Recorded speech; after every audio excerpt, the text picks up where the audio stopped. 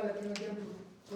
A las 5 de la tarde, hermano, aquí en el templo, todos vamos a estar invitados a venir, compartir y celebrar la bendición que Dios le ha dado a la familia López de tener, una aplicación.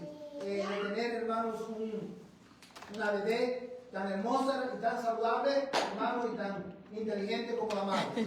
En la aplicación de nuestra iglesia, hermano, está también el anuncio, está también el link para un registro de regalo, hermano, que la hermana tiene. Quiero animarle que si no lo ha pasado por nuestra aplicación, pase y envía la lista, hermano, y si el Señor le mueve a bendecir la familia, dando un regalo. Amén. Pero lo que sí queremos también, hermano, es que haga lo posible por venir y celebrar con la familia López. Hermanos, los demás anuncios están en nuestra aplicación. Solamente quiero recordarles también que acerca del aniversario de nuestra iglesia, hermanos, mañana yo voy a mandar un mensaje a todos acerca de los detalles de cuándo vamos a celebrar la celebración y qué vamos a estar haciendo, para que todos podamos venir también ese día y celebrar la fidelidad de Dios para con nosotros. Amén, hermanos. Estén atentos mañana, lunes, a este mensaje que voy a estar enviando con los últimos detalles de nuestra celebración de aniversario. También quiero recordarles, hermano, que en la aplicación usted va a encontrar un resumen del mensaje del día de hoy. Va a encontrar también preguntas de estudios para que usted pueda compartir con su familia y que pueda usted, hermano, profundizar en lo que vamos a estar aprendiendo en esta mañana. Con esto en mente, hermanos. El miércoles Q&A. Gracias.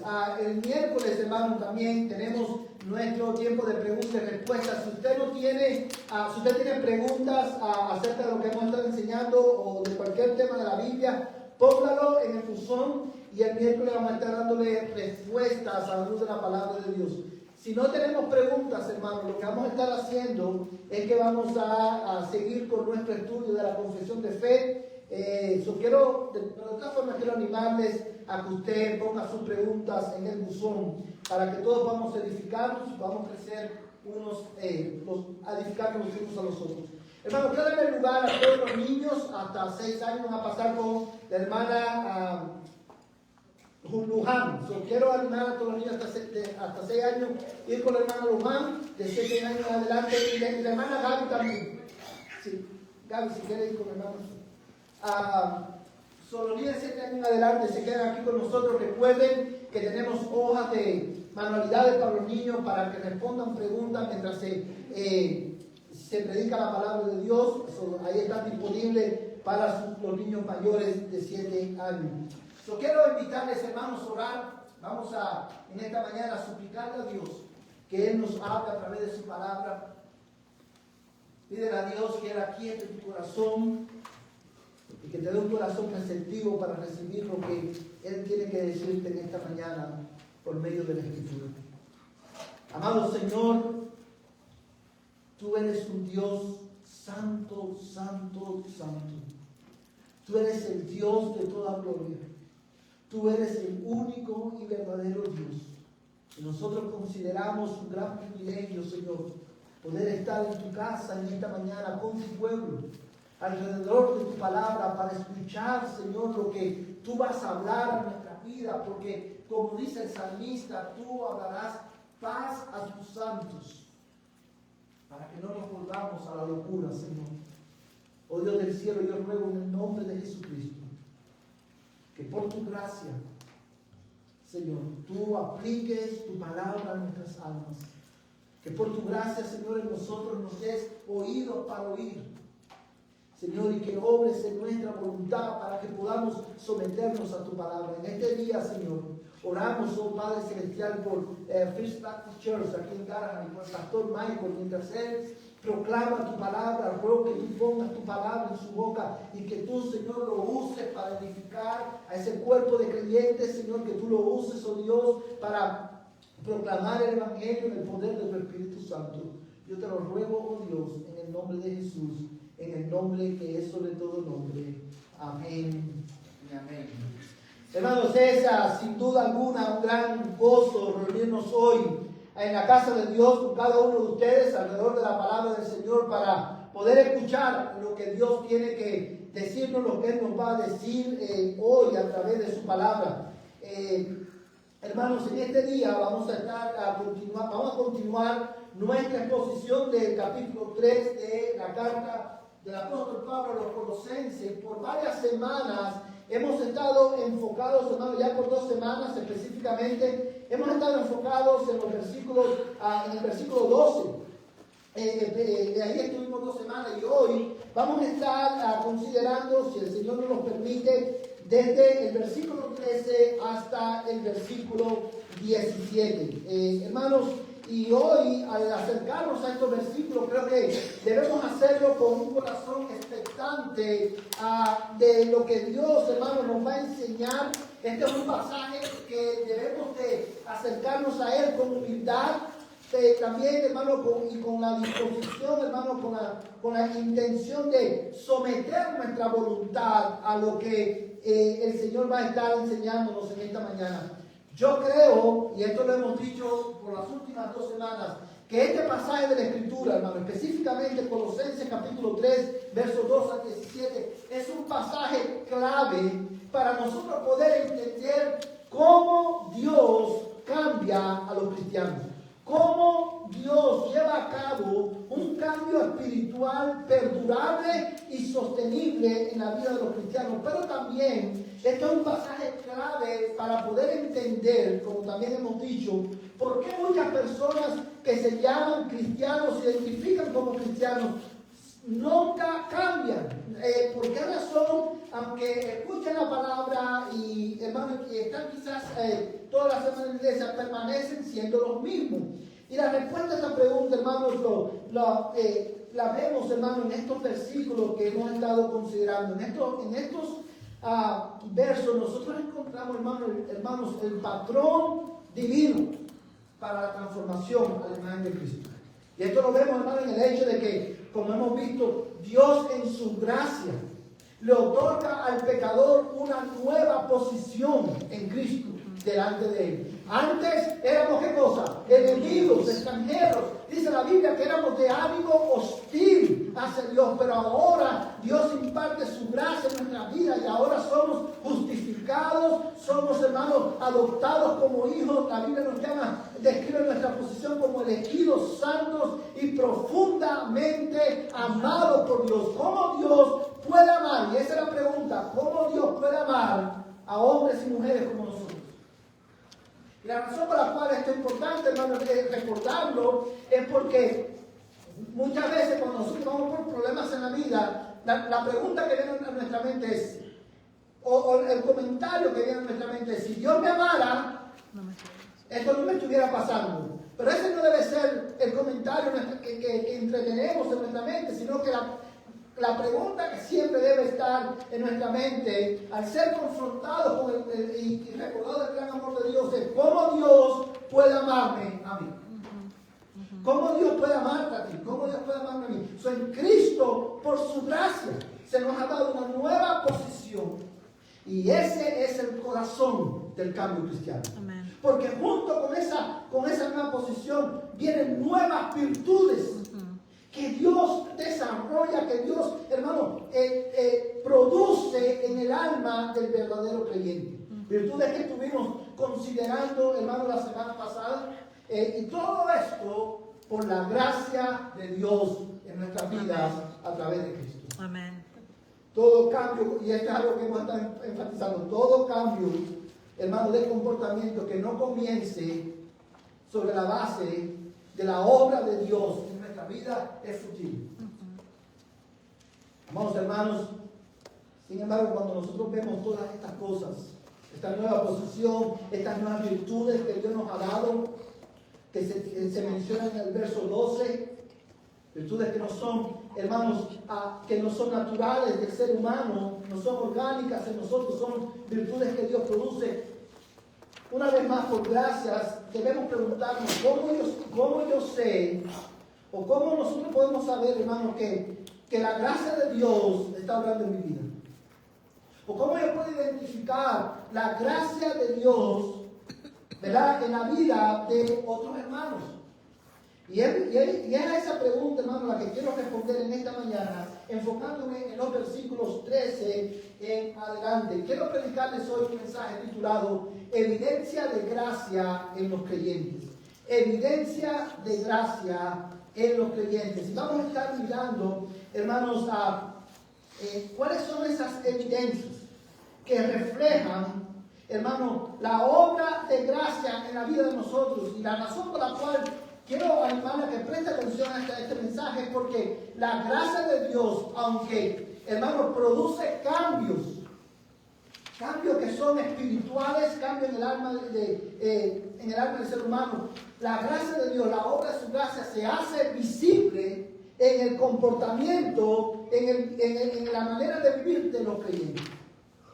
La gracia de Dios, aunque su obra es espiritual, se hace tangible en la manera en que nosotros vivimos. Ahora, ¿cuáles son esas evidencias de gracias que nosotros vemos en la palabra de Dios?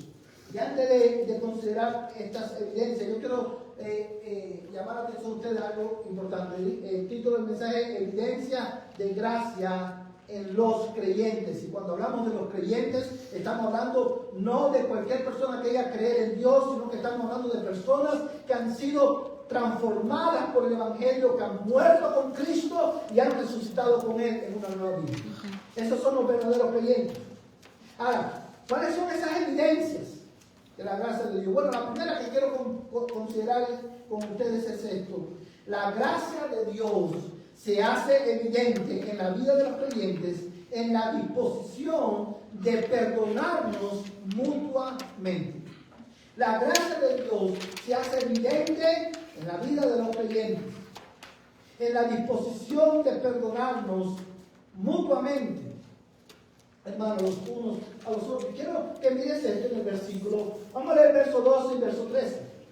Dice: entonces, como escogidos de Dios, santos y amados, revestidos de tierna compasión y bondad y humildad, mansedumbre y paciencia, soportándonos unos a otros y perdonándonos unos a otros, si alguno tiene quejas contra otro, como Cristo os perdonó, así también hacerlo vosotros.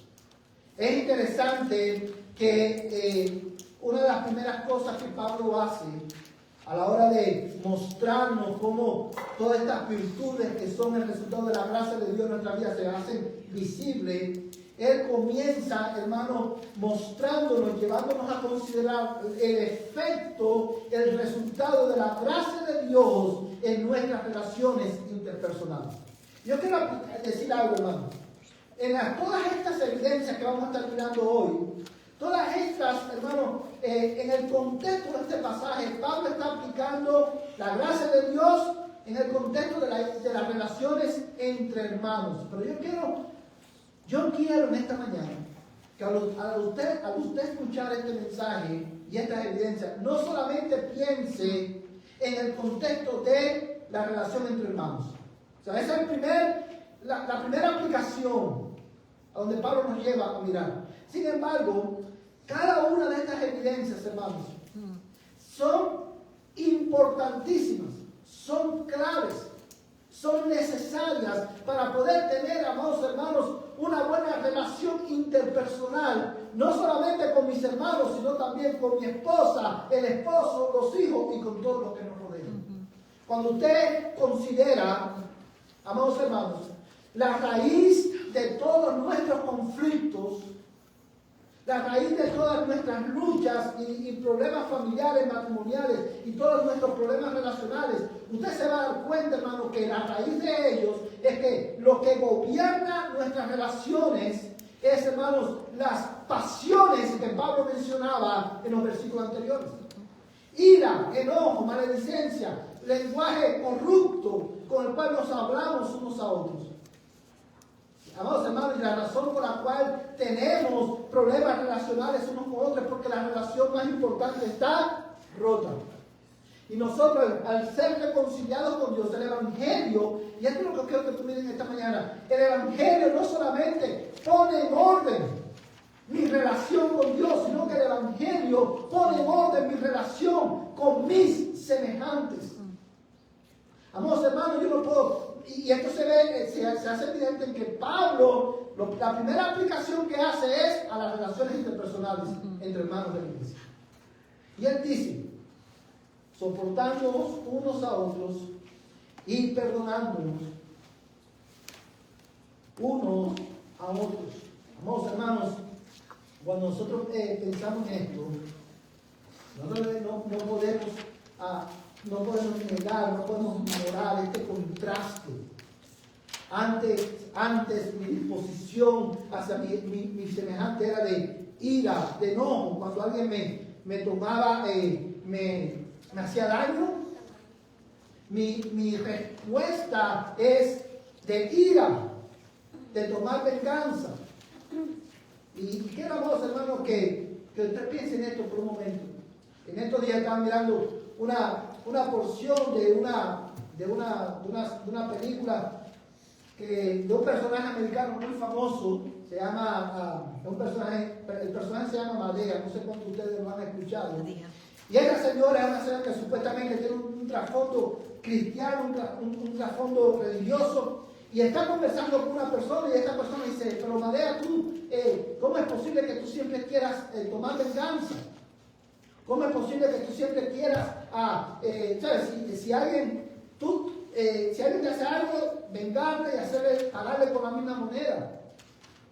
¿Tú crees en esa filosofía de emparejar las cosas, de get even? Y Madea respondió, sí, yo creo en eso. Si ellos me hacen daño, yo le voy a hacer daño. Hermanos, y la razón por la cual menciono esto es porque evidentemente esa es la disposición natural de todos los hombres, sin Cristo. Pero ahora, hermanos, como Dios nos ha cambiado, como Dios nos ha dado una nueva posición y nos ha reconciliado con Él, ahora, por la gracia de Dios en mi vida, yo debo perdonar a mis hermanos si yo tengo quejas contra ellos. Amados hermanos, y cuando soy confrontado con esta verdad, hermanos, no solamente debo de perdonar a mis hermanos, debo perdonar a mi esposa. La esposa debe perdonar a su esposo. Si tú tienes queja contra tu esposo, si tú tienes queja contra tu esposa, perdónala. ¿Por qué? ¿Por qué debemos hacerlo? Y esa es la pregunta, hermano. ¿Por qué? Esto es un imperativo que es difícil de aplicar. Hermanos, yo quiero, cuando nosotros consideramos este imperativo, hay dos preguntas que nosotros tenemos que responder. La primera es, ¿cómo yo debo perdonar a mis hermanos y a mí semejante? La segunda pregunta que debo responder es, ¿por qué debo hacerlo? ¿Por qué debo hacerlo? La primera pregunta que quiero responder es esa. ¿Cómo debo hacerlo? Bueno, el texto, hermano, es claro, dice la palabra de Dios, soportándonos unos a otros y perdonándonos unos a otros, si alguno tiene queja contra otros, como Cristo os perdonó, dice el texto, así también hacerlos vosotros. Quiero que consideren esta mañana cómo el texto, hermano, nos está dando el estándar del perdón. Yo debo perdonar a mis hermanos y a mi esposa o al esposo o a mi semejante de la misma manera que Cristo me perdonó a mí. Amados hermanos, yo creo que tú notes la razón por la cual esto es importante, es porque nos enseña que nuestra respuesta a nuestro ofensor es informada por la respuesta que Dios dio a mi ofensa. Cuando nosotros leemos la Escritura, y por cuestión de tiempo no vamos en todos los pasajes, pero cuando nosotros leemos la Escritura, hermanos, hay infinidades de textos que enseñan cómo Dios perdona el pecado de su pueblo. Y no solamente esto, sino hay infinidades de textos que nos enseñan la cantidad de veces que Dios perdona pacientemente el pecado de su pueblo. Y es por eso, hermano, que el texto, el versículo 13 dice, soportándoos y perdonándolos. Quizás uno de los textos más famosos es cuando el Señor le dice a su pueblo que Él perdonaría su pecado. Dice, y nunca más me acordaré de ellos. Dice la palabra del Señor, como está lejos el oriente, el occidente, así hizo alejar de nosotros, ¿qué cosa? Nuestras transgresiones. La palabra de Dios dice que el Señor ha echado, hermano, nuestros pecados, quitará nuestra culpa y nuestro pecado, y lo echó ¿a dónde? A lo más profundo del mar. Son imágenes visuales que hablan de la naturaleza radical del perdón que Dios nos ofrece.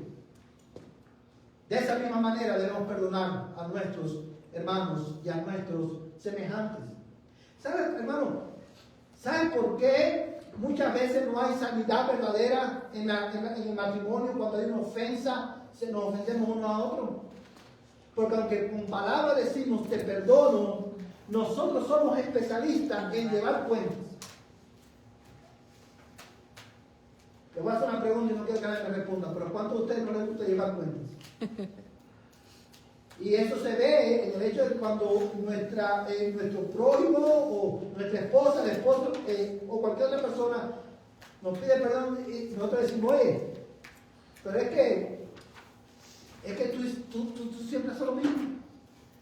Tú no te acuerdas, hace 5 años cuando yo te dije, hermano, y muchas veces tú ni te acuerdas de lo que dijiste, pero esa persona lleva cuenta. ¿Tú te acuerdas que hace 5 años tú me dijiste lo mismo y me hiciste lo mismo? O yo no voy a responder de esta manera, o no voy a hacer esto, porque hace 3 meses pasamos por aquí. Hermano, eso no es qué cosa. Perdón verdadero. No es así como Cristo te perdona. Cuando Cristo te perdona, Él te perdona. Él cancela la deuda que tú tienes con Él. Y nunca más la trae a la memoria. No porque Él, hermano, tira a un lado o esconde bajo la alfombra tu pecado, sino porque su sangre es poderosa para limpiarte de toda maldad. Amén. Porque su sacrificio en la cruz del Calvario es suficiente para, hermano, apaciguar la ira de Dios y satisfacer la justicia santa del Padre. Él es tu perfecto abogado. Por medio de Él hay abundante gracia, abundante perdón. Por eso cuando Pablo habla, hermanos, le escribió a los Efesios, en el capítulo 1 y 2, le dice, hermanos, que en Cristo tenemos, ¿qué cosa? Redención, el perdón de pecados. Amados hermanos, si nosotros debemos perdonar a nuestros hermanos como Cristo me perdonó a mí, eso implica no solamente que yo debo recordar que perdonar verdaderamente es cancelar la deuda. Yo no voy a traer más a la memoria la ofensa pasada porque ya la perdoné. Pero también es un recordatorio, hermano, que el perdón no es una emoción. El perdón no es un sentimiento. El perdón es una decisión consciente que hacemos, informados por la obra de Dios en nuestra vida. Amén. No se trata de decir, oh, yo no siento que te debo perdonar. O yo no siento el deseo de perdonarte. O muchos, de una manera quizá un poquito más azucarada, dicen que te perdone Dios. ¿No han oído personas que dicen eso? Que te perdone Dios. Yo no puedo. Sí, Dios es el que perdona, pero Dios te ha mandado a perdonar también. El perdón, el perdonar a tu esposo, el perdonar a tu esposa, el perdonar a tu hermano, si tú tienes una queja contra él, implica una decisión consciente de cancelar esa deuda. Porque eso fue lo mismo que hizo Dios. Dios tomó una decisión y fue intencional. Por gracia, Él decidió perdonar tus pecados. Pero su justicia demandaba muerte. Su justicia demandaba castigo. Alguien tenía que morir para que tú fueras perdonado. Y ese que murió fue Cristo el Señor, que tomó nuestra vida, nuestra carne, nuestra naturaleza, se hizo hombre y ocupó nuestro lugar. Y en la cruz del Calvario, como hemos dicho siempre, se bebió hasta el último sorbo de la copa de la ira de Dios para que tú fueras perdonado. Amén. De esa misma manera debemos perdonarnos unos a otros. La gracia de Dios se hace evidente en la vida de un creyente en nuestra disposición de soportarnos y perdonarnos unos a otros, como Cristo nos perdonó. Ahora, yo creo que tú también encuentres respuesta a la segunda pregunta. ¿Por qué? No solamente cómo, sino por qué. Evidentemente, hermano, está implícito también en el texto, en esa sola expresión, como Cristo os perdonó, así también hacerlo vosotros. Yo debo perdonarlo, no, vamos hermanos, por el valor o la dignidad de la persona que me ofendió, sino que debo hacerlo, hermano, por el simple hecho que Dios me perdonó a mí. Eso es suficiente. Fíjate, hermano, que en ningún pasaje de la Biblia que habla de que debemos perdonar, en ningún pasaje de la Escritura, hermano, se nos enseña que debemos perdonar en dependencia de la ofensa que nos han hecho. De hecho, hermano, ni siquiera en dependencia de la cantidad de veces que la misma persona nos ha ofendido. ¿Ustedes recuerdan a Pedro? ¿Cuántas veces? Pedro, hermano, la pregunta de Pedro fue una pregunta muy natural. Señor, ¿cuántas veces perdonaré a mi hermano que peque contra mí? Quizás el esposo se pregunta, ¿cuántas veces perdonaré a mi esposa que peca contra mí? O la esposa se pregunta, ¿cuántas veces debo perdonar a mi esposo? O ¿cuántas veces debo perdonar a mi hermano? Y Pedro le dice, informado por la ley, ¿hasta 7 veces? Y Cristo le dijo, no. Yo te digo, hasta 70 veces 7. Cada vez que tu hermano, tú tienes una queja con tu hermano y tu hermano te pida perdón, tú debes perdonarlo, porque Cristo te perdonó a ti. Es por eso, amados hermanos, no quiero que tú pierdas de vista que por esa misma causa que Pablo comienza llevándonos a considerar nuestra posición y las virtudes que Dios ha producido en nuestra vida. Porque para tú poder perdonar como Cristo te perdonó, tú necesitas que la gracia de Dios promueva y produzca en tu corazón humildad y mansedumbre. Humildad y mansedumbre. Hermano, la falta de perdón siempre es el resultado, o uno de los resultados de la falta de perdón, siempre es un concepto distorsionado de nosotros y de la ofensa del ofensor. Y esto lo digo, hermano, porque muchas veces nosotros pensamos, yo no puedo perdonar a esa persona. Que vaya de way, como dicen los americanos, yo quiero decir esto, hermano, el perdón, y evidentemente esto no es un mensaje solamente acerca del perdón, pero el perdón no implica, hay veces que la gravedad de la ofensa demanda que la relación quizás no va a volver a ser la misma. El hecho de que tú perdones a una persona, dependiendo de la gravedad de la ofensa, no significa que la relación tiene que ser como antes, pero sí implica que tú vas a cancelar su deuda. Y cancelar la deuda implica que tú no vas a tratar a esa persona sobre la base de la ofensa que él te hizo, sino sobre la base de que Dios te perdonó a ti. Amén. Amén. ¿Sí lo puedes entender, hermano? Amén. Ahora, yo creo que tú leas conmigo un texto de la Biblia que es muy iluminador en este punto, hermano. Mateo capítulo 18, verso 23 al 24. Mateo capítulo 18, verso 23 al 34.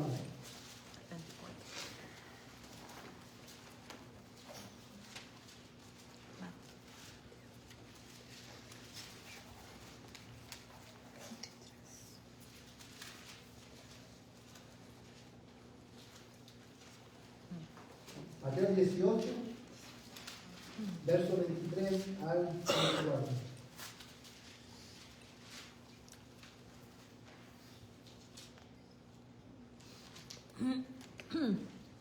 De hecho, hermano, vamos a leer desde el 21 para que tengan el contexto. Pues vamos, este va a ser bastante largo, pero quiero leerlo completo para que usted pueda, hermano, empapar su alma con la palabra de Dios. Dice el verso 21. Entonces se le acercó Pedro y le dijo, Señor, ¿cuántas veces pecará mi hermano contra mí que yo haya de perdonarlo? ¿Hasta 7 veces? Jesús le dijo, no, no te digo hasta 7 veces, sino hasta 70 veces 7, hermano. Y este número 70 veces 7 no es que tú vas a calcular 70 veces 7 y llegó ese número, se acabó, no. Lo que está diciendo es una manera de decirte, debes perdonar a tu hermano que peque contra ti continuamente, cuando él pide perdón. Y dice el texto, hermano, y Jesús le dice, verso 23, por eso el reino de los cielos puede compararse a cierto rey que quiso ajustar cuentas con sus siervos. Y al comenzar a ajustarlas, le fue presentado uno que le debía 10,000 talentos. Pero no teniendo él con qué pagar, su señor ordenó que lo vendiera, junto con su mujer e hijos y todo cuanto poseía, y así pagara la deuda. Entonces el siervo cayó postrado ante él diciendo, ten paciencia conmigo y todo te lo pagaré. Y el señor de aquel siervo tuvo compasión y lo soltó y le perdonó la deuda. Pero al salir aquel siervo encontró a uno de sus consiervos que le debía 100 denarios. Y echándole mano, la ahogaba diciendo, paga lo que debes. Entonces su consiervo, cayendo a sus pies, le suplicaba diciendo, ten paciencia conmigo y te pagaré. Sin embargo, él no quiso, sino que fue y lo echó a la cárcel hasta que pagara lo que debía. Así que cuando vieron sus consiervos lo que había pasado, se entristecieron mucho y fueron y contaron a su señor todo lo que había sucedido. Entonces, llamándolo a su señor, le dijo, siervo malvado, te perdoné toda aquella deuda porque me suplicaste. ¿No deberías tú también haberte compadecido de tu consiervo, así como yo me compadecí de ti? Y enfurecido su señor lo entregó a los verdugos hasta que pagara todo lo que debía. Así también mi Padre Celestial hará con vosotros si no perdonáis de corazón cada uno a su hermano. Hermanos, qué profundo es este pasaje. Y yo quiero simplemente llamar la atención de ustedes al hecho de que este hombre, este siervo malvado, creo que tú consideres, hermano, la cantidad de su deuda. 10,000 talentos. Dice la Biblia que le debía 10,000 talentos. En aquel tiempo era una cantidad de dinero considerable. Sin embargo, quiero que la contrastes con la cantidad de dinero que le debía el consiervo de este siervo malvado. Dice el texto, hermano, en el verso 28, pero al salir aquel siervo encontró uno de sus siervos que le debía 100 denarios. Hermanos, ¿saben por qué a nosotros se nos hace difícil perdonar y muchas veces imposible? Una vez más, porque tenemos un entendimiento distorsionado de nosotros y de la ofensa de nuestro ofensor. Hermanos, y lo voy a hacer de esta manera, cualquiera que sea la ofensa que tu hermano te haya provocado, cualquiera que sea, hermano, independientemente de cuán grave sea, nunca la ofensa que te han hecho a ti será mayor que la ofensa que tú le has provocado a Dios. Nunca se podrá comparar. Partiendo del hecho de que tu ofensa hacia Dios es la ofensa de una criatura hacia un Dios que es santo, santo, santo, eternamente bueno, eternamente compasivo, eternamente justo, que no dará por inocente al culpable. Tu desobediencia, tu rebeldía, tu ofensa a Dios es terrible en comparación con la ofensa que tu hermano te hace a ti. Porque la ofensa de tu hermano, la ofensa cuando te ofenden, es simplemente otra persona como tú la que te ofendió. Ahora, si Dios te perdonó toda tu deuda, ¿por qué tú no puedes perdonar la deuda de tu hermano? El texto nos da la razón. No, sí, no. Siervo malvado. La falta de perdón siempre es una evidencia de un corazón no regenerado. Porque cuando tú eres regenerado y tú eres perdonado y tú puedes vivir en paz porque Dios te perdonó, tú puedes perdonar a tu hermano que te ofendió. La gracia de Dios se hace evidente en nuestra disposición de perdonar, pero también la gracia de Dios se hace evidente, hermanos, en segundo lugar, en nuestra disposición de amarnos mutuamente. Mira el versículo 14. Vamos a regresar a Colosenses 3, 14. Colosenses 3, 14.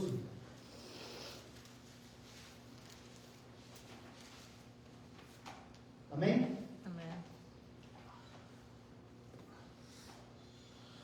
Dice el texto, sobre todas estas cosas, vestidos de amor, que es el vínculo de la unidad. El verso 15, y que la paz de Cristo reine en vuestros corazones, a la cual en verdad fuisteis llamados en un solo cuerpo, y sed agradecidos. Hermanos, yo creo que tú considere conmigo estos versículos. Dice la palabra de Dios, y sobre todas estas cosas, vestidos ¿de qué? De amor. De amor. Hermano, yo creo que tú consideres por un momento la implicación, las palabras que el Espíritu Santo inspiró a Pablo a escribir en este versículo. Sobre todas estas cosas, vestidos ¿de qué? De amor. De amor. ¿Por qué Pablo dice, inspirado por el Espíritu Santo, sobre todas estas cosas vestido de amor? Hermanos, precisamente porque una característica de un corazón no regenerado, ¿qué cosa es? La falta de amor. La gracia de Dios se hace evidente en nosotros cuando nosotros no tenemos la disposición de amar a nuestros hermanos. Amados hermanos, independientemente de cómo luzcan nuestros hermanos, independientemente, hermanos, del trasfondo de mis hermanos, yo voy a amarlos. Y debo amarlos profundamente como Dios me ha amado a mí. Y esto, hermanos, amados, no es orgánico en nosotros. De hecho, cuando leemos las cartas de Juan, específicamente la primera carta de Juan, Juan explícitamente nos dice que en esto conocemos que amamos a Dios, si amamos a nuestros hermanos. El amar a tu hermano es, hermano, la evidencia externa de que tú has experimentado en tu vida el amor de Dios. ¿Cómo yo puedo saber? ¿Cómo tú dices, hermano? ¿Cómo yo puedo decir que amo a Dios si yo no puedo amar a mi hermano? ¿Cómo yo puedo decir que yo amo a Dios si yo no puedo amar a mi enemigo? Cuando Dios me amó, cuando yo no merecía ser amado. Y el texto dice, hermano, específicamente, sobre todas las cosas vestido de amor, que es el vínculo de la unidad. ¿Sabes, amados hermanos? Uno de los fundamentos de la unidad en la iglesia, pero uno de los fundamentos de la unidad en el hogar, es el amor. Es el amor. Yo te preguntaría en esta mañana, o quizá usted se preguntará en esta mañana, ¿y qué es el amor? El amor es sencillamente, hermano, maripositas en el estómago. No, eso no es el amor. ¿Qué es el amor? El amor no es tampoco una emoción. El amor no es un sentimiento. El amor es una decisión que tú haces. Tú decides amar.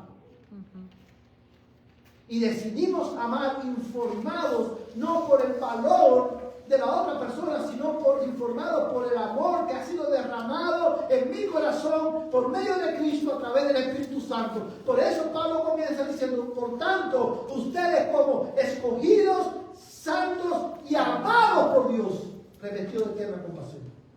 Ya dice, y sobre todas las cosas, vístanse de amor. Hermanos, cuando Cristo oró por sus discípulos en Juan capítulo 17, una de las cosas que Cristo oró intencionalmente fue que Padre, que ellos sean, ¿qué cosa? Uno. Como tú y yo somos uno, para que el mundo crea que tú me has enviado.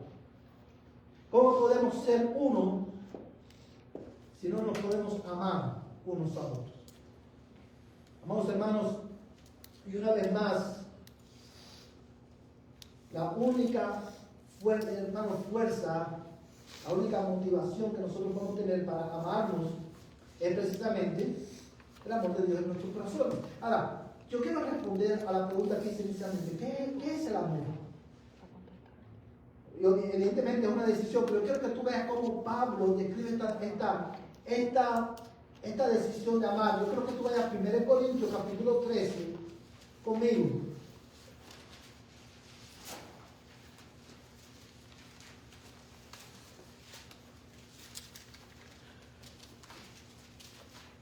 Y vamos a leer, hermano, desde el verso 4 hasta el verso 8. Amén.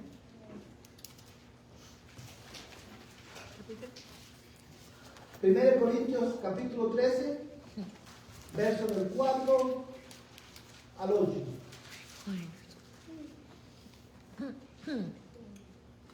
Antes de leer este pasaje, hermano, yo solamente quiero recordarles a los que no han leído la carta de los Corintios, cuál es el contexto de la carta de los Corintios. Esta era una iglesia, no vamos a ir en todos los detalles, pero esta era una iglesia profundamente dividida. Estos hermanos ni se soportaban, ni se perdonaban, no se toleraban unos a otros.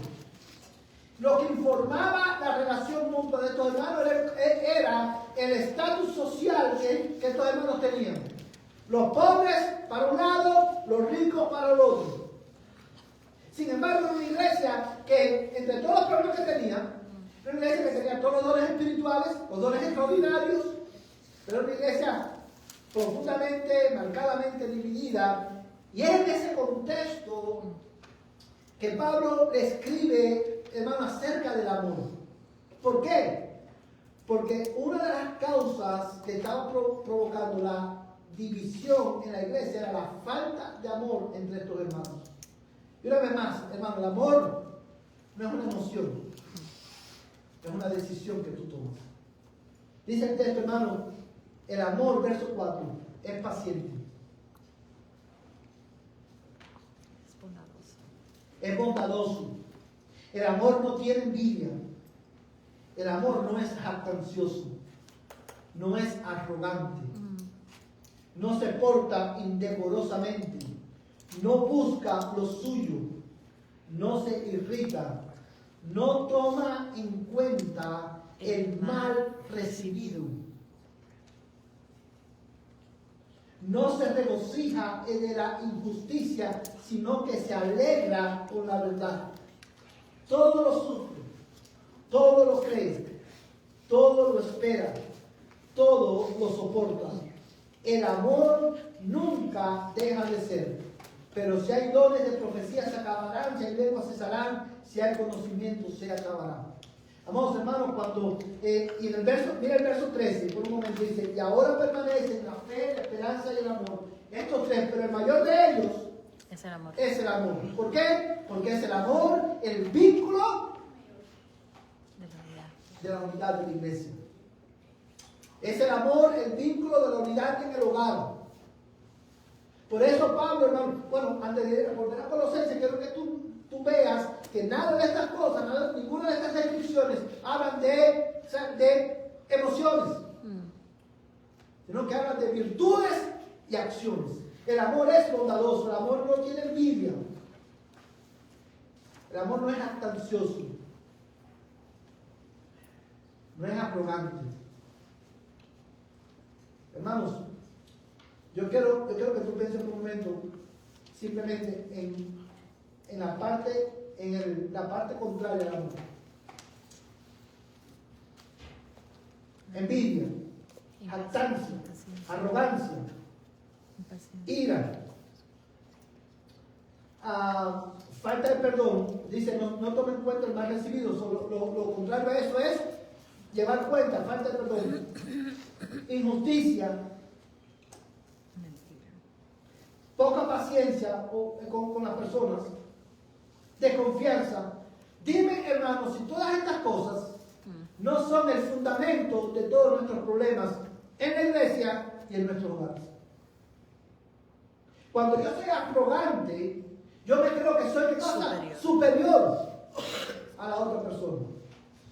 Cuando yo soy, hermano, ansioso, yo creo, hermano, que el pecado o la ofensa de mi esposo, la esposa, o mis hijos, mi hermano, es mucho mayor que la mía. Yo nunca, hermano, una expresión, mire, hermano, tan sencillita, pero que habla tanto de la jactancia, la arrogancia en nuestro corazón. Cuando un cónyuge le dice a otro, o cuando un hermano le dice a otro, yo nunca te haría eso. O cómo tú eres capaz de hacerme algo semejante. ¿No han escuchado expresiones como esas? Yo nunca te haría eso, hermano. No hay nada más lejos que la realidad. Tú no sabes todo lo malo que tú puedes llegar a hacer. Y la solución a todo eso es el amor. Amén. El amor, dice la Escritura, cubrirá multitud de pecados. Vamos, hermano, la gracia de Dios se hace evidente en tu disposición de amar a tu hermano, de amar a tu prójimo. Y tú amas a tu hermano y a tu prójimo cuando tú eres bondadoso. Cuando tú no tienes envidia, no eres jactancioso. Cuando no te portas indecorosamente. Cuando tú no buscas lo tuyo por encima de los demás. Hermanos, todo esto es completamente imposible para nosotros. Yo quiero que tú comprendas en esta mañana que la carga, el peso de 1 Corintios capítulo 13 es insostenible. Amén. Es insostenible. Tú no puedes amar de esta manera. Amén. A no ser que tú hayas sido amado por Dios y que tú crezcas en tu comprensión de ese amor tan grande, tan profundo, tan ancho que Dios ha tenido para contigo. Amén. Amén. La única razón, la única motivación que te va a ayudar a ti a amar crecientemente de esta manera es contemplar, considerar y meditar en el gran amor que Dios te ha dado. Porque tú en Cristo has sido profundamente amado por Dios. Ahora tú debes amar a tu hermano. Amén. Amén. Y eso no es de nosotros. Es evidencia de la gracia de Dios en nuestra vida. Amén. Ama a tu esposa. Ama a tu esposo. Ama a tus hermanos en Cristo. Ese es el vínculo de la paz. Amén. De la unidad. Y por eso vamos a regresar a Colosenses, hermanos. Como dicen los americanos, quiero que me informe. Ya casi terminamos, hermano. Quiero que mires Colosenses capítulo 3 nuevamente. Y mira el versículo 15. Y que la paz de Cristo reine en vuestros corazones, a la cual en verdad fuisteis llamados en un solo cuerpo, y sed agradecidos. Fíjate lo que está diciendo el texto, hermano. Y que la paz de Cristo reine en vuestros corazones. La paz de Cristo, hermano, es el resultado de haber sido reconciliados con Dios. Cuando, mira esto, hermano, porque aquí está el secreto. La motivación para amar es el gran amor de Dios. Ahora, ¿cómo yo puedo amar a mi hermano? ¿Cómo yo puedo ejercitarme en este mandamiento imperativo que Dios me ha dado? ¿Cómo yo puedo poner esto en práctica? Dice la Biblia, y que la paz de Cristo reine en vuestros corazones. Eso es una expresión que es tan poética, tan linda, que pudiéramos ponerle en una tarjeta. Y que la paz de Cristo reine en vuestros corazones. Pero hermano, qué profundo es esa expresión. ¿Sabe lo que eso significa? Eso significa que tú y yo debemos someter nuestras emociones, nuestro intelecto y nuestra voluntad hermano, a la obra redentora que Dios ha hecho con nosotros en Cristo. Eso significa que tus emociones, tu intelecto y tu voluntad debe ser informada por lo que Dios ha hecho por ti en Cristo. Yo no siempre voy a tener deseo de perdonar. Mis emociones, hermano, me quieren dominar. La ira me quiere dominar, el enojo me quiere dominar, hermano, la falta de paciencia me quiere dominar. Esas son pasiones que batallan en mi alma. Pero yo tengo que someter estas pasiones al hecho de que Cristo tuvo paciencia conmigo, de que Dios ha tenido paciencia conmigo, que Dios me ha perdonado, ha sido compasivo y bondadoso. Yo tengo que renovar mi mente. Mi intelecto tengo que someterlo, hermano, al hecho, a la verdad de lo que Dios ha hecho por mí en Cristo. Cuando mi intelecto es renovado por la palabra de Dios y por la obra redentora de Cristo, la manera de yo ver a mi hermano y a su ofensa va a cambiar radicalmente. Cuando mi voluntad es sometida o es informada por la obra redentora de Cristo, entonces yo puedo tomar la decisión de amar y perdonar a mi hermano. Por eso Cristo dice, Pablo dice, y que la paz de Cristo reine en vuestros corazones. Que el resultado de la obra de Cristo a tu favor domine tus emociones, tu intelecto y tu voluntad. Entonces vamos a poder amar. Entonces vamos a poder perdonar. Entonces vamos a poder soportarnos unos a otros con gozo y alegría.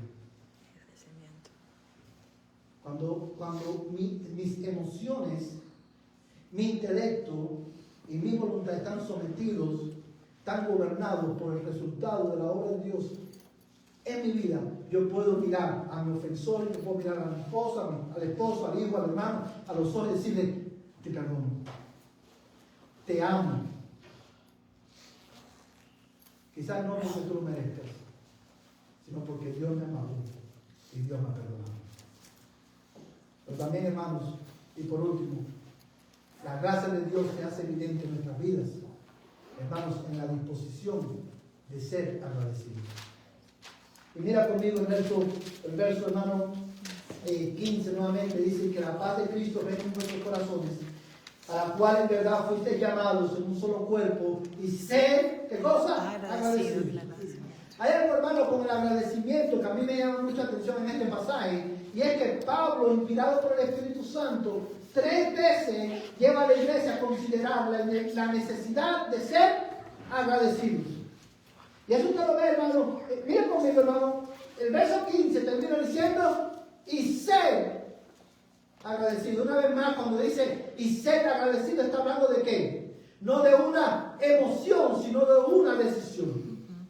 Y ser agradecido. Pero mira el verso 15.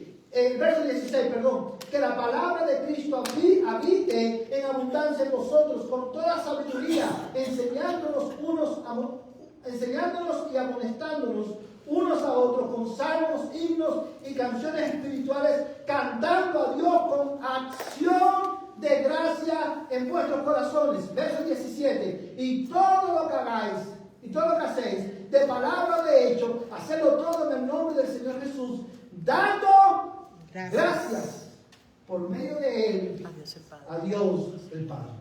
3 veces Pablo lleva a la iglesia, a los colosenses, a meditar, a considerar la importancia de la gratitud. Vamos, hermanos, la ingratitud surge cuando nosotros olvidamos lo que realmente somos y lo que realmente merecemos.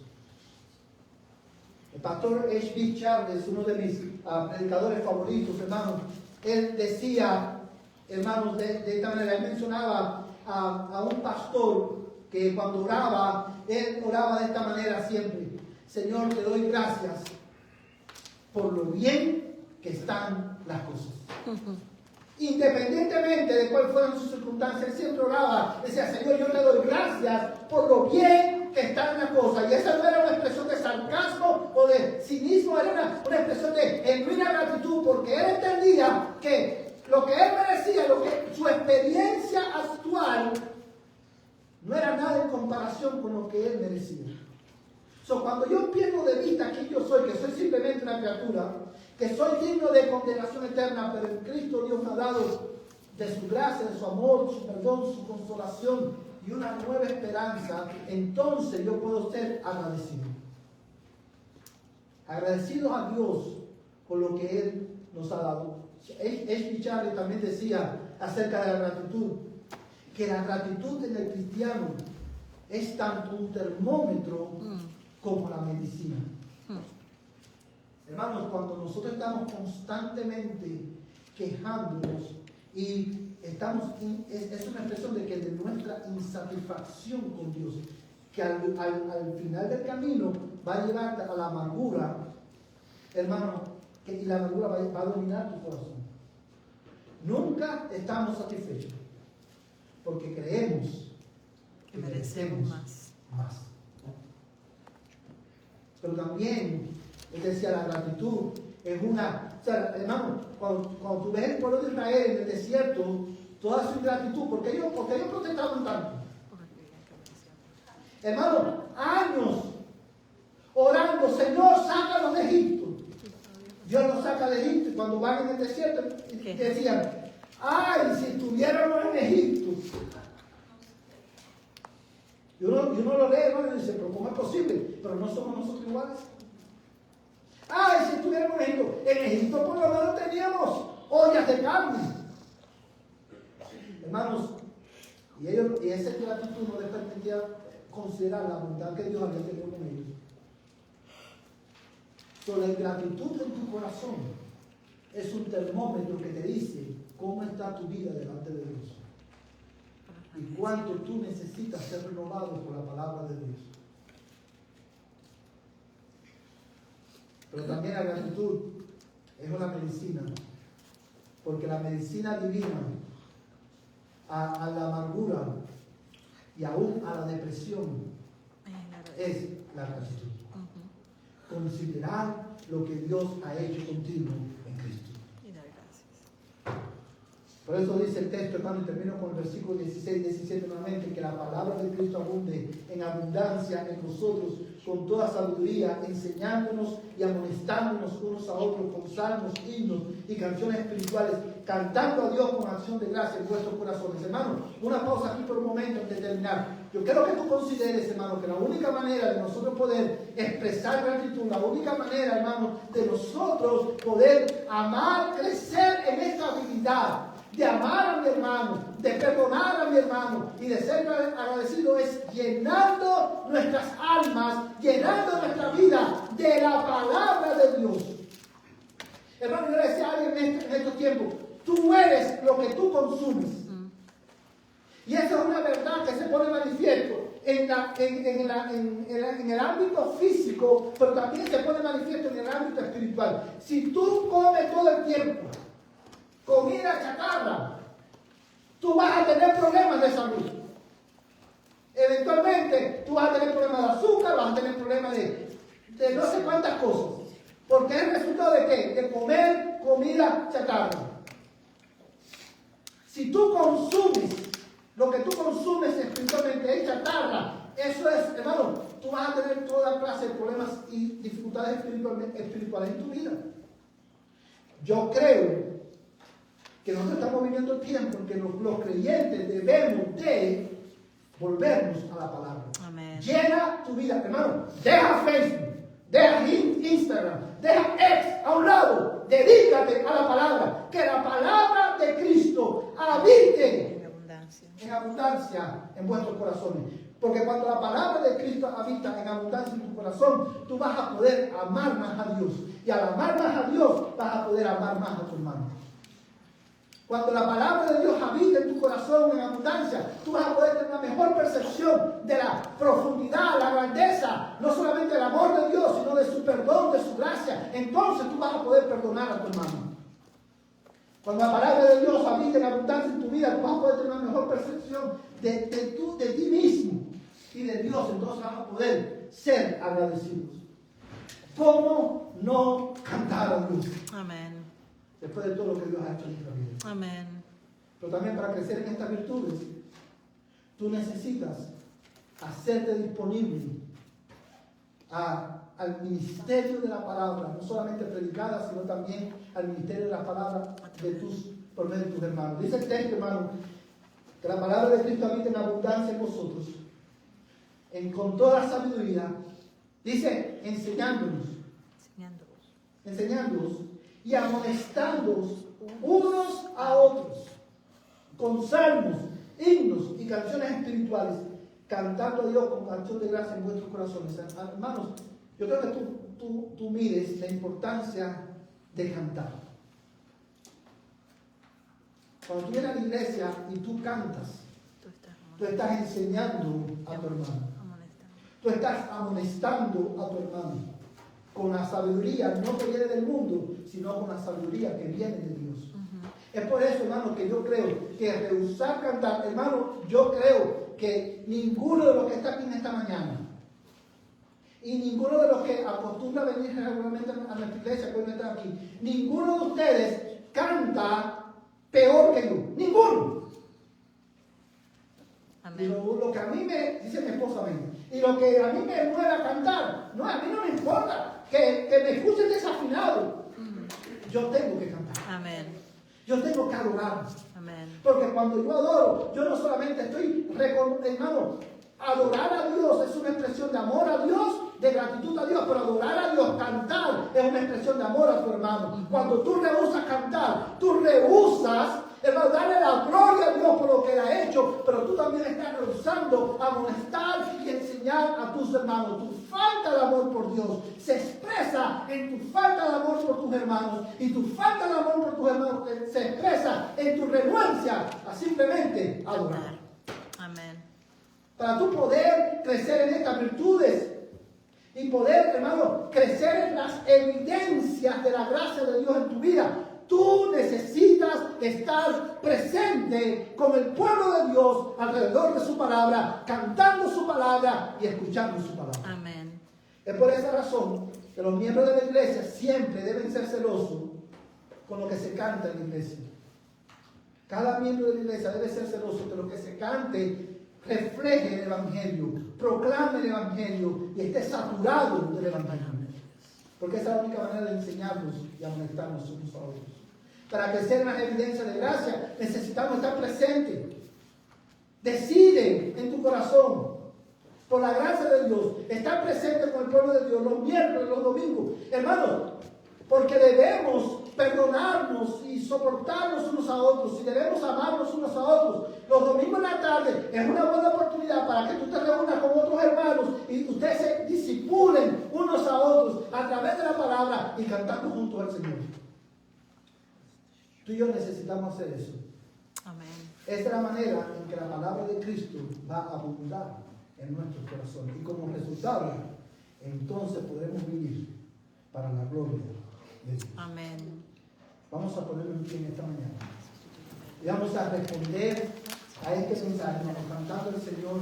Pon tu mirada, hermanos. La única manera que nosotros tenemos hoy